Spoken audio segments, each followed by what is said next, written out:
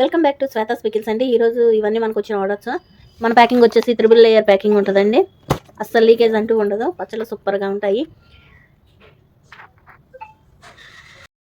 Welcome back to our channel. ఈరోజు మనం మిఠాయి చేసుకుందామండి. దానికి బూందీ ప్రిపేర్ చేసుకుందాం. ఫస్ట్ కొంచెం 1 కేజీ శనగపిండిలో 1/2 కేజీ బియ్య పిండి కలుపుకోవాలి. దీంట్లో సాల్ట్ కానీ ఏం వేసుకోకూడదు. వాటర్ వేసి ఇలా ఉండేలా కలుపుకోవాలి.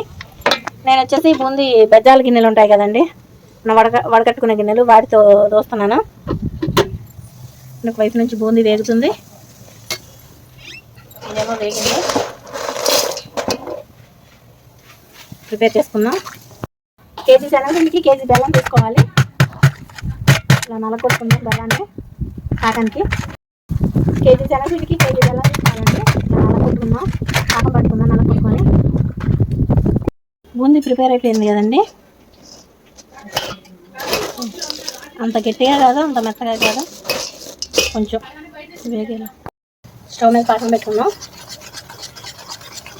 బెల్లం అంతా కరిగిపోయింది. అందులో ఇలాచీ వేసుకోవాలి. టెస్ట్ చేసుకుందాం పాకం కాకిందా లేదా, పాకానికి వచ్చిందా లేదా. రాలేదండి. కొంచెం తీగ పాకం వచ్చిన తర్వాత మనం చేసి పెట్టుకున్న బూందీ ఉంది కదండి, అది పాకంలో వేసి బాగా కలిపేసుకోవాలి. దీన్ని వేడి మీద చుట్టుకుంటే లడ్డూలు అవుతాయి. కానీ నాకు ఇలా మిఠాయిలాగా ఉంటమే ఇలానే ఉంచుకున్నారు, అందుకని ఇలానే ఉంచేసాను.